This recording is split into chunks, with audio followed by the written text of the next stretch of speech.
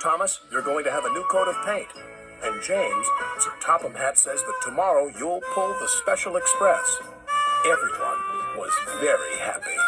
Sesame Street has been brought to you today by the letters H and R and by the number 8.